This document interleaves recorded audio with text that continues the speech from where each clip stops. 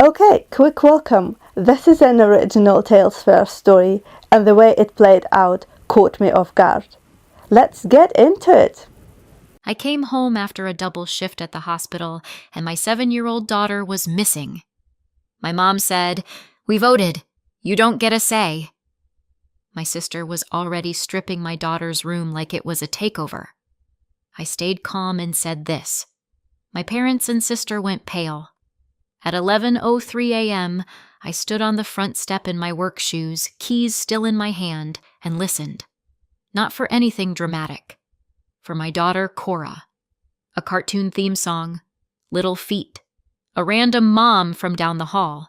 Instead, I heard activity, voices, laughter.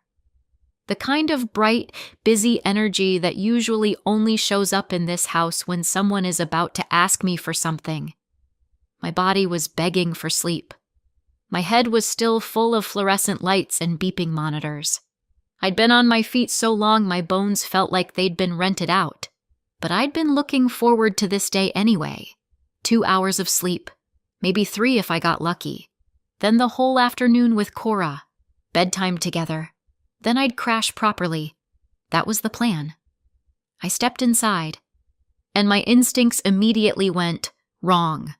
The house smelled like coffee and syrup, and I could hear my mom's bright voice, the one she uses when she's trying to sell you on something. Then I saw my sister Allison in the hallway, in socks, hauling flattened boxes. A ring light box was propped against the wall, already opened.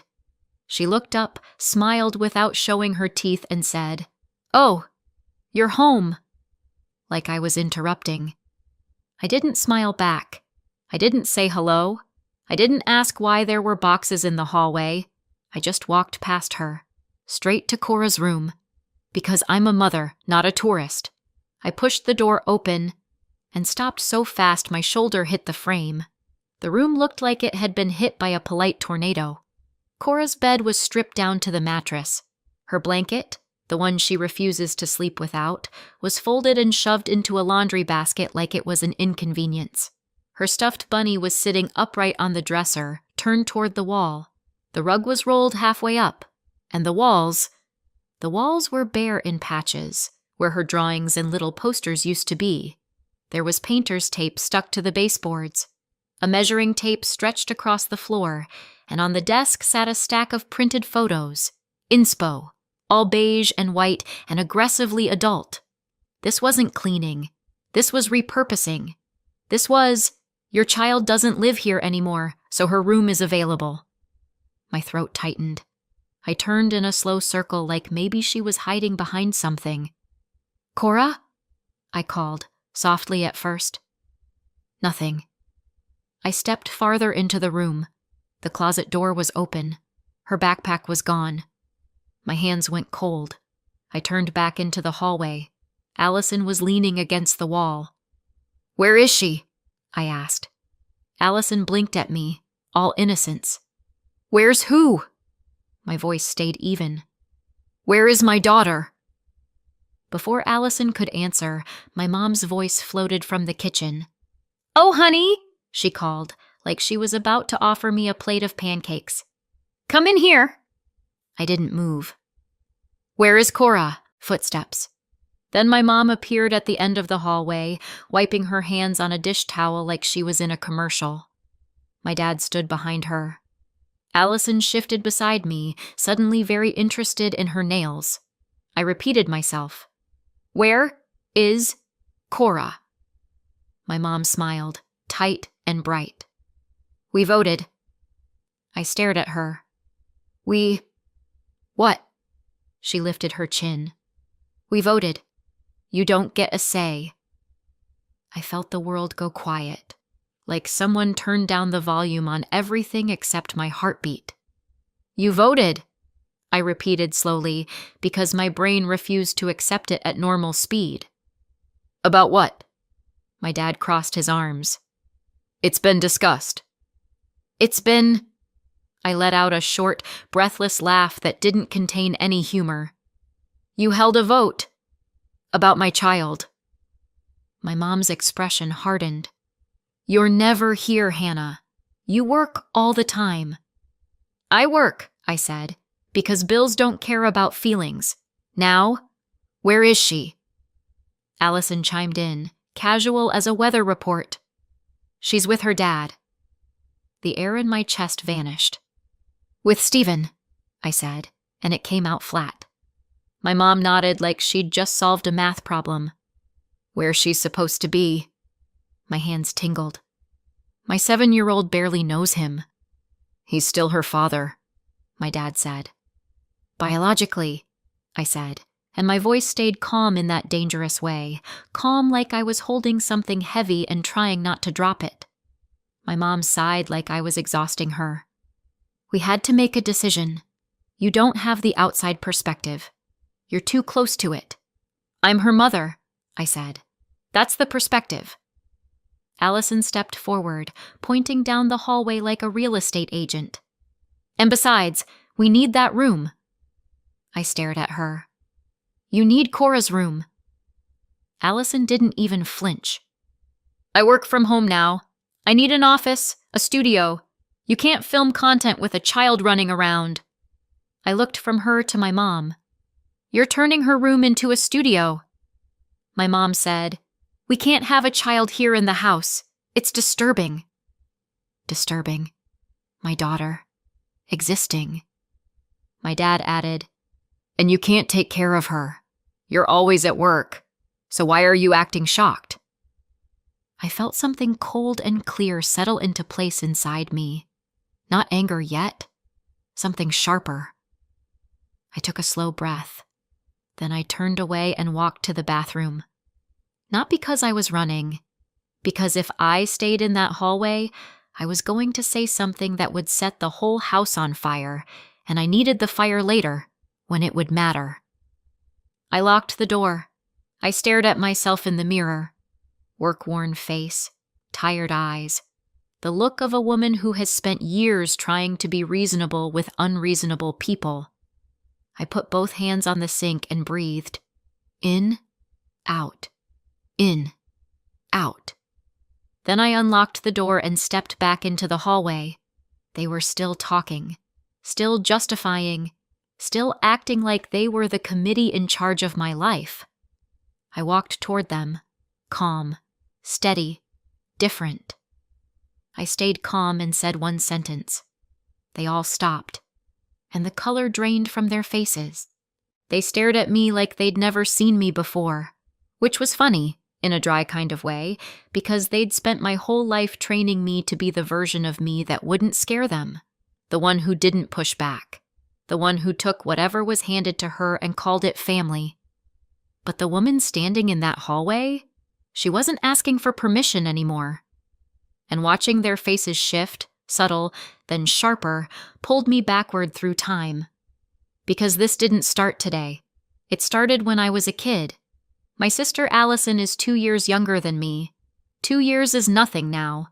But in our house, it was a crown. Allison was the favorite. Not in the obvious way where parents say it out loud. They did it the quiet way, the way that lets them deny it later. Allison got praised for being special. I got praised for being helpful. Allison was creative. I was responsible. If Allison cried, my mom moved like an emergency alarm went off. If I cried, my dad would say, "You're fine." So I learned how to be fine. I learned how to be useful.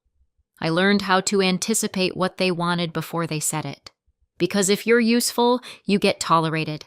And even when I was little, I could feel it.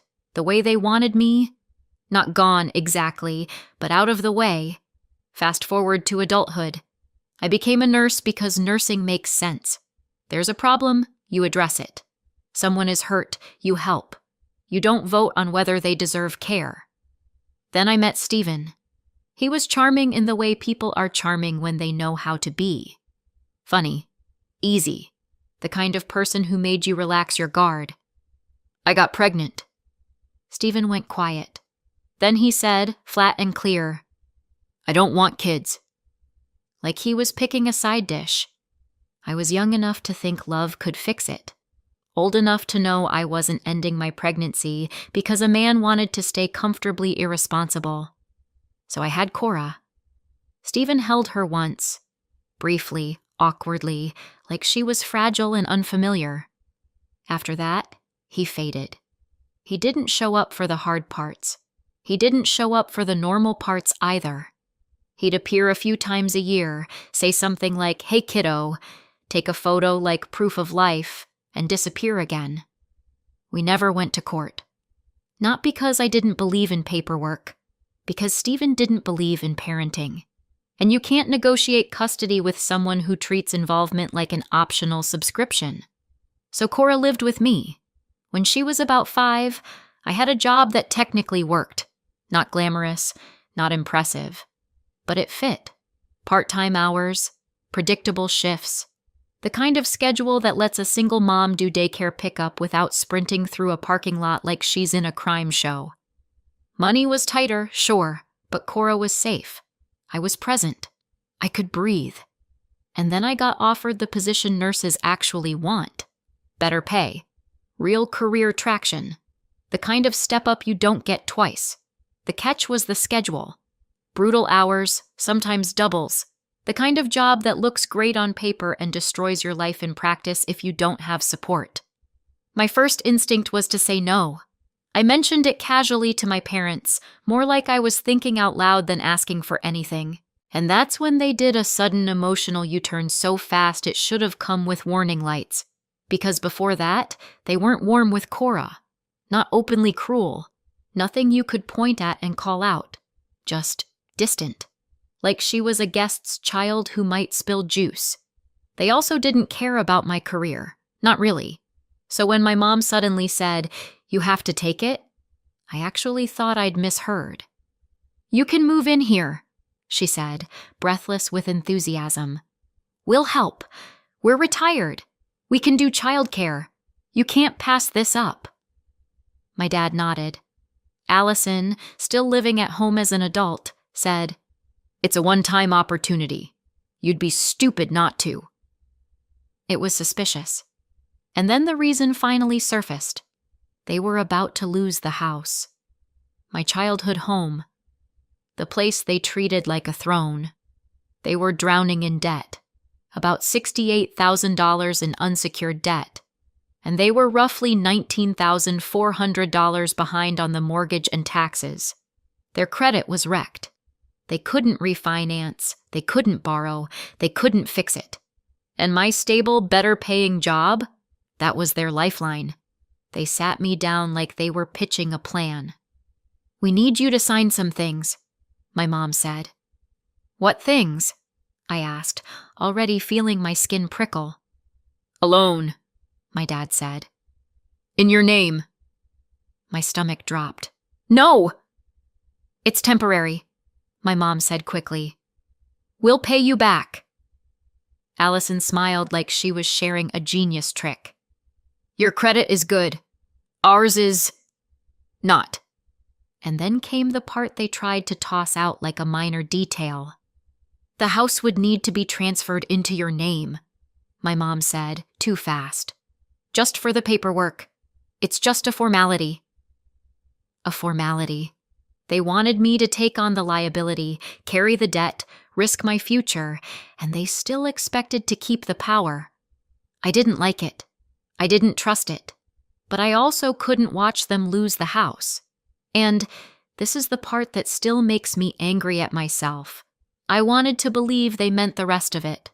The childcare, the "we love having Cora here," the sudden enthusiasm. So I said yes. I put in about $24,000 of my savings up front. I took on a monthly house payment of about $2,350 in my name. I signed what they put in front of me. The house was transferred into my name, and they called it a formality. At first the deal held. They did childcare. I worked. Cora adjusted. Then the paperwork cleared. The house was safe. The crisis was over, and it was like the deal vanished. Suddenly, I was dumping my child on them. Suddenly, my job was a bad choice. Suddenly, I was never here, like they hadn't insisted I take the schedule. Allison started complaining the most. About noise, about space, about needing a home office and a studio, about content. And Cora became the problem. Too loud, too present, too inconvenient. My parents backed Allison the way they always had. Then the comments started. Well, there is a dad. Why isn't she with him more? You can't rely on us forever. I didn't take it seriously because Stephen wasn't a father in any way that mattered, and because I never believed my parents would actually do what they were hinting at. I thought it was control, pressure, threats, until I came home at 11:03 a.m. after a double shift, and Cora's room was being dismantled like she'd never existed there. And my mom said, "We voted." And in that hallway, watching their faces tighten, I realized the talking had turned into action. I looked at them, calm, steady, and I opened my mouth. "I want you out of my house within 30 days, I said quietly. "All of you." The hallway went so still I could hear the fridge hum. My mom blinked at me like I'd just announced I was moving to the moon. My dad's mouth opened once and closed again. Allison's confident little smile shattered. "What do you mean?" my mom snapped. "What are you talking about?" my dad added, louder, like volume could rewrite reality. I didn't answer. I didn't argue. I walked to my room because there's a certain kind of power in not explaining yourself to people who have never explained themselves to you. Behind me, they kept talking. Their voices followed like gnats. "That's not your house," my mom said from the hallway. "That's ours." "Don't speak to your parents like that," my dad barked. "We made the difficult decision for you," my mom added. "You should have made it years ago." Allison's voice cut in, sharp with panic. "It's the right thing to do." I kept moving.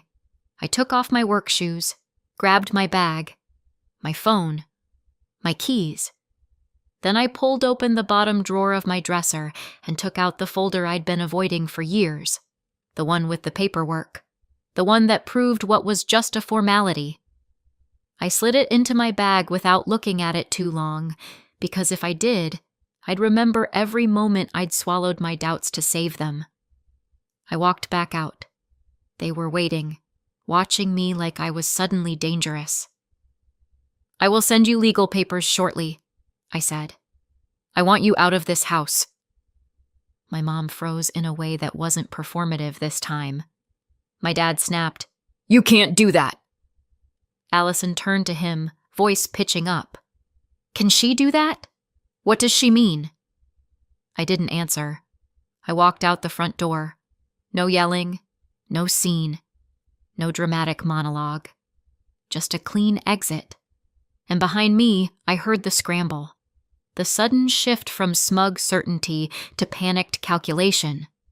In the car, my hands were steady on the wheel. My heart wasn't. I called Stephen. No answer. Again. Voicemail. Of course, I drove anyway, because sitting still would have turned into spiraling, and spiraling doesn't get your kid back. Why didn't he call me? Why wasn't he answering? Why did my parents feel comfortable delivering my child like a package?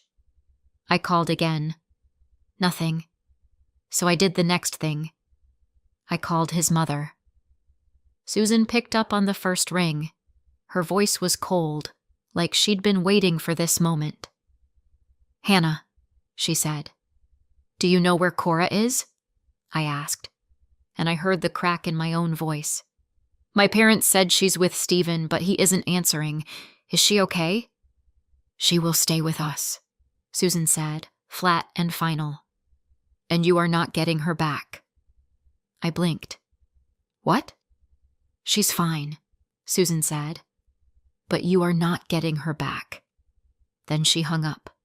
No warning, no explanation.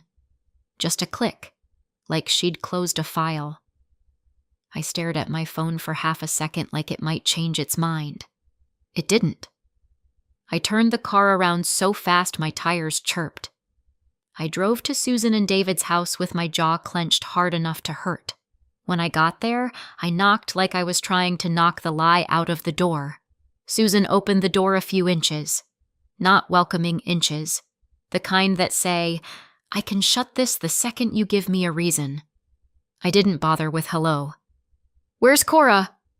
Susan's eyes moved over me, scrubs, messy hair, the look of someone running on fumes, and she didn't soften. If anything, she looked more certain. "She's here," she said. Relief hit fast. Then she added, flat as a slammed file, "And you're not getting her back." My stomach dropped. "Excuse me?" "Your parents brought her," Susan said. "They said you knew." "I didn't," I said. "I came home, and she was gone." Susan's gaze didn't move. "They said you wanted her with Stephen." A short, humorless breath escaped me. "Stephen won't even answer his phone." That did something. Not kindness, just a flicker, like the name was an old bruise. Behind her, a floorboard creaked. Her husband David appeared in the hallway, arms crossed, face unreadable. He didn't step closer. He just watched, like he was measuring the situation and deciding what it was worth. "Is she okay?" I asked, and I hated how careful my voice sounded. Susan didn't hesitate. "She's safe." "Let me see her." Susan's hand stayed on the door. I could feel my pulse in my throat. I forced it down. Nurse mode. Controlled. Clear. "I'm not here to debate," I said. "I'm here for my daughter." Susan's eyes narrowed slightly. "You should have come with her." "I didn't send her," I said. "My parents did. Behind my back." Silence. Not peace. Calculation. David's gaze shifted, subtle, like he was checking if my story held weight. Susan's voice stayed cold. "People say anything when they want something." "Then don't take my word for it," I said. I pulled my phone from my pocket and held it up, screen facing her. One glance was enough. Missed calls to Stephen stacked like a ladder, the call to Susan, the timestamp. "I called him. No answer. I called you. You hung up." Susan didn't look at the phone for long, but David did. Just a flick. Like he couldn't help himself. I kept my voice low.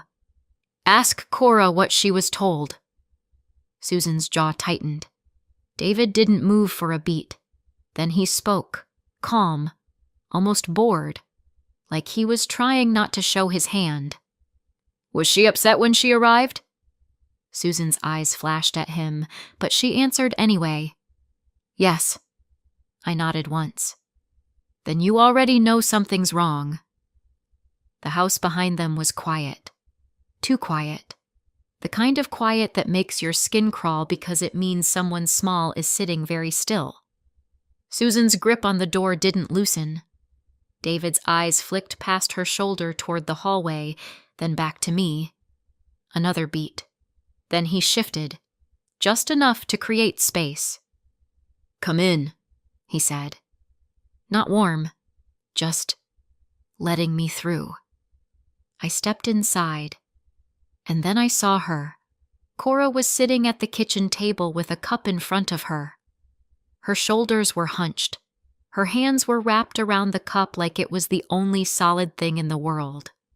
She looked small in a way that made something inside me go completely still. "Cora," I breathed. Her eyes lifted to me. She didn't run. She didn't smile. She just stared, like she was waiting to see if I was real. I crossed the room and knelt beside her. "Hi, baby," I said softly. I wrapped my arms around her. She didn't hug me back. She stayed stiff, arms at her sides, like she didn't trust the moment. My chest tightened. I pulled back just enough to see her face. Her eyes were wet, but she wasn't crying the way kids usually cry. It was like she'd already cried and ran out of room for it. Then her voice came out small and broken. Grandma said you didn't want me. My throat closed. I couldn't breathe for a second. I looked up, briefly, toward Susan and David.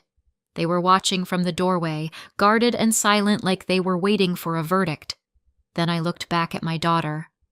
Honey, I said, and my voice shook. She lied. Cora's lip trembled. She said you told them. She said you were tired of me. My eyes burned. I came home, I said, carefully, like my words were the only thing holding her together. I came home and you weren't there. I was looking forward to spending the whole day with you. I drove as fast as I could. Cora's eyes searched mine. You didn't tell them? She whispered. You didn't tell them to bring me here because you don't want me? Never, I said, and my voice broke on the word. Not in a million years. Her shoulders sagged a little.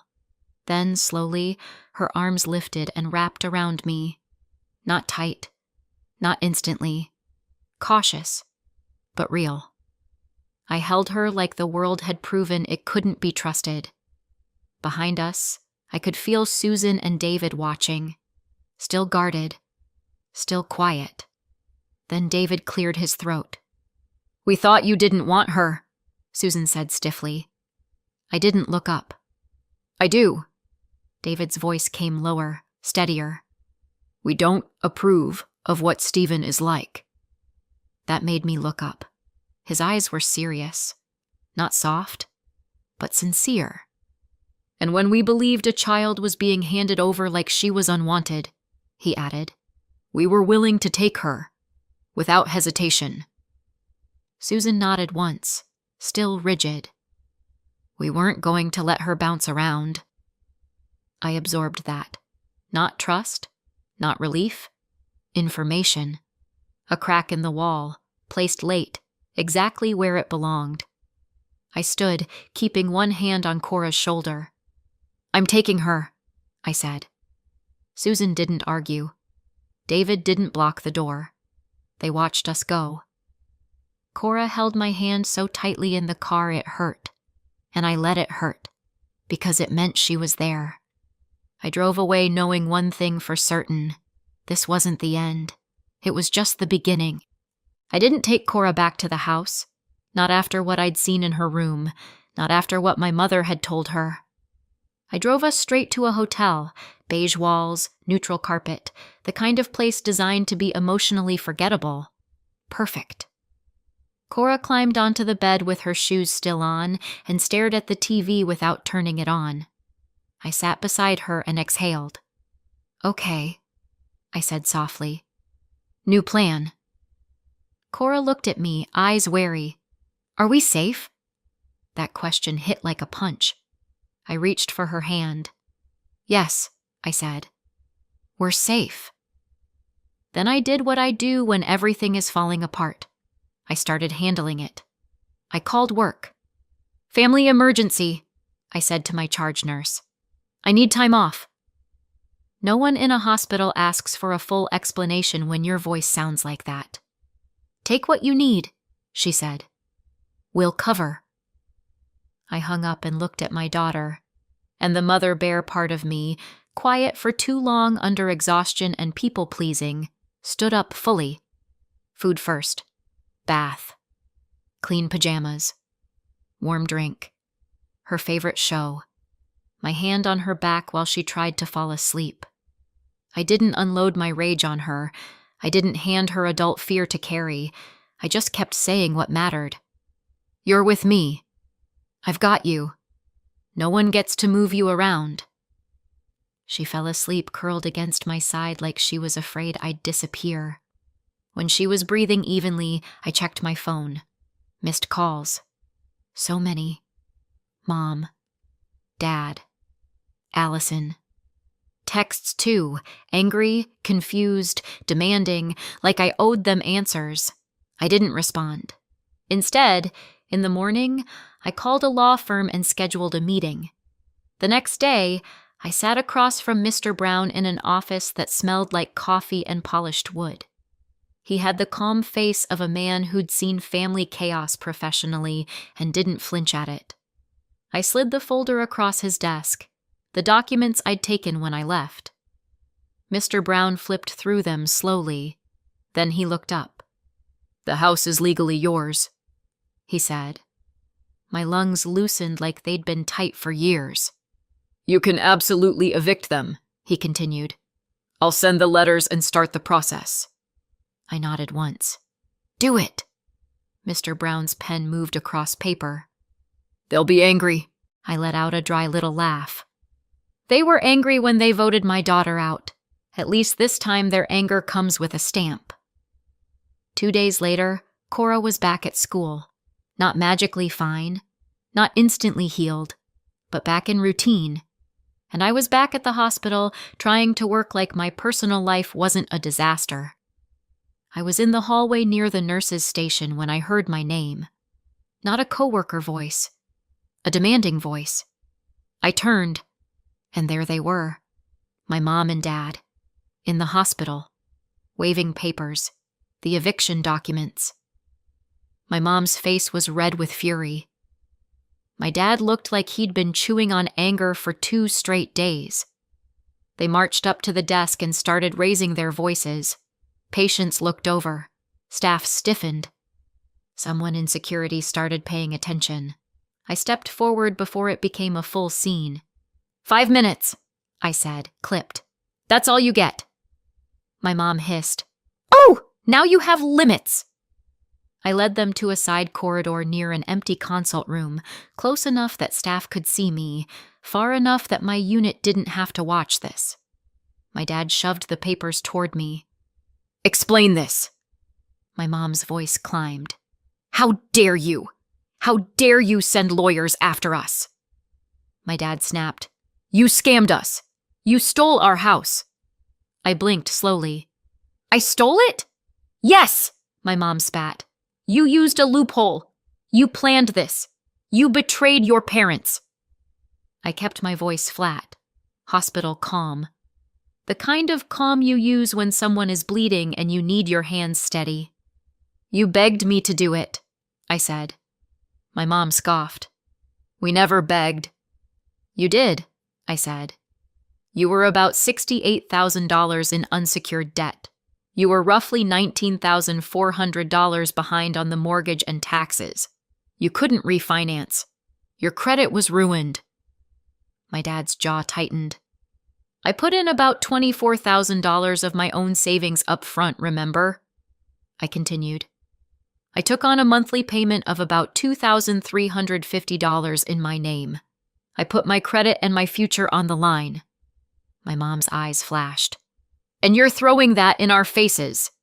No, I said. I'm putting it back where it belongs. My dad stepped closer. We're your parents. I looked at him and felt something settle into place. Clean. Final. You stopped being my parents the moment you voted my daughter out, I said. My mom's voice rose higher.